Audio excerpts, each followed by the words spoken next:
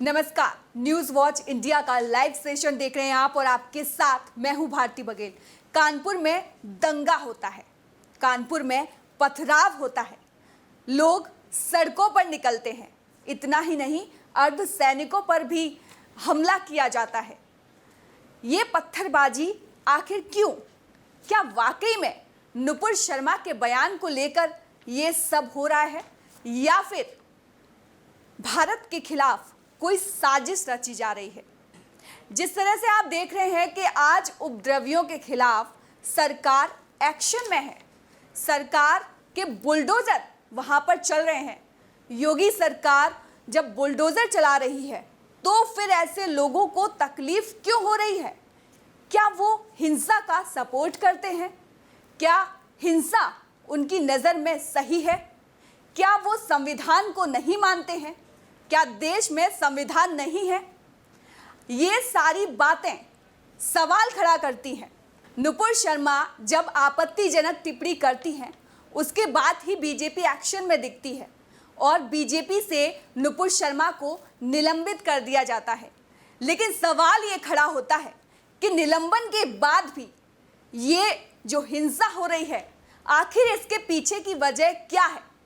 आपको बता दें कि जो इस हिंसा का मास्टरमाइंड था, जफर हयात हाशमी, उसके करीबियों पर जब बुलडोज़र चला तो सबके पेट में दर्द होने लगा। ये पेट में दर्द क्यों हो रहा है? क्या हाशमी जैसे लोग हिंसा का सपोर्ट करते हैं? और क्या इनको लगता है कि ये भारत में हिंसा ऐसे ही करते रहेंगे और इन पर कोई कार्रवाई नहीं होगी?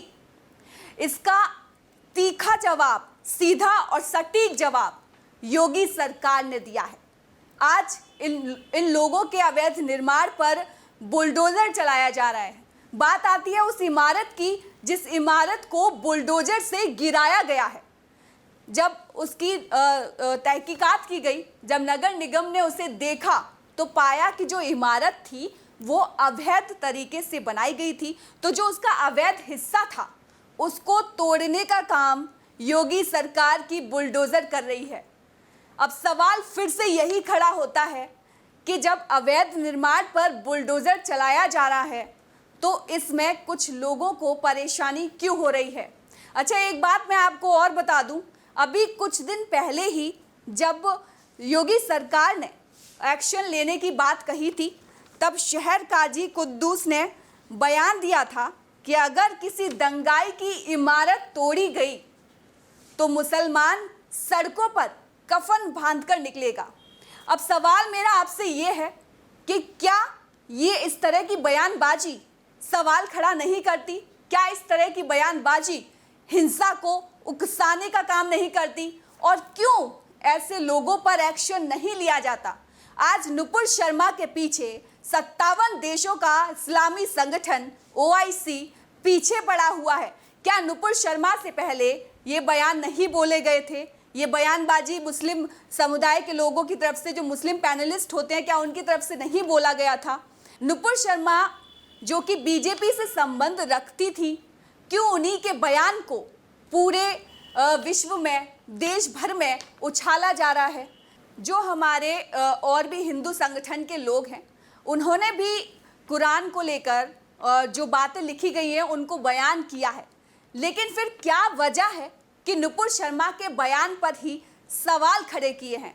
इससे जो मैं देख पा रही हूँ साफ तौर पर वो ये है कि नुपुर शर्मा बीजेपी से संबंध रखती हैं, इसलिए उनको घेरने की ये पूरी कोशिश की गई है।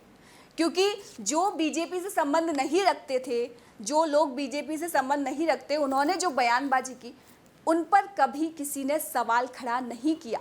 लेकिन नुपुर शर्मा के एक बयान ने ना सिर्फ देश में बल्कि विदेशों के जो मुस्लिम संगठन हैं उनको एक साथ खड़ा करने पर कैसे मजबूर कर दिया, कैसे मुस्लिम संगठन उस एक स्टेटमेंट के पीछे पड़े हैं।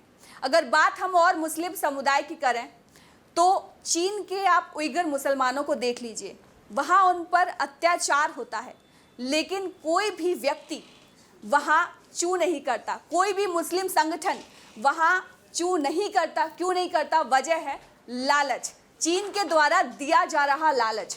लेकिन भारत को घेरने की जब बात आई तो इनको मौका मिल गया एक बयान को लेकर घेरने का।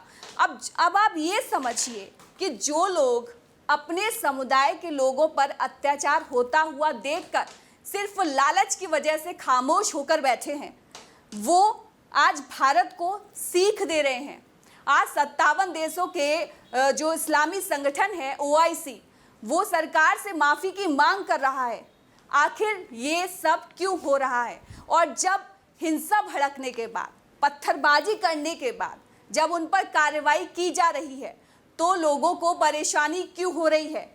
क्या वाकई में ये लोग शांति अमन चाहते हैं देश में, या फिर इनका यही एक मुद्दा था, या फिर इनका यही मकसद था कि भारत को घेरना है और इनको अपना मकसद पूरा करने के लिए नुपुर शर्मा का बयान मिल गया। तो ये जो कार्रवाई हो रही है इसके बारे में हम थोड़ी सी बात करेंगे। आपको बता दें कि भारी संख्या में सुरक्षा बलों की मौजूदगी में प्रशासन ने ये कार्रवाई मोती झील से बेना झाबर रोड पर शुरू कर दी है और जितना भी अवैध निर्माण है उसको तोड़ा जा रहा है, गिराया जा रहा है। और ऐसे में सवाल खड़ा करना लाजमी नहीं है, क्योंकि जो अवैध निर्माण है उसको तोड़ा ही जाएगा। अगर हिंसा भड़केगी तो उसे रोका ही जाएगा। अगर लोग किसी को उकसाने की कोशिश करेंगे, पत्थरबाजी करने की कोशिश करेंगे, तो उन पर कार्रवाई होगी ही होगी, क्योंकि भारत में लोकतंत्र है, भीड़ तंत्र नहीं है और ना ही भीड़ तंत्र आ सकता है। तो फिलहाल के लिए न्यूज़ वॉच इंडिया के लाइव सेशन में इतना ही। बाकी देश दुनिया की तमाम खबरों के लिए देखते रहिए न्यूज़ वॉच इंडिया।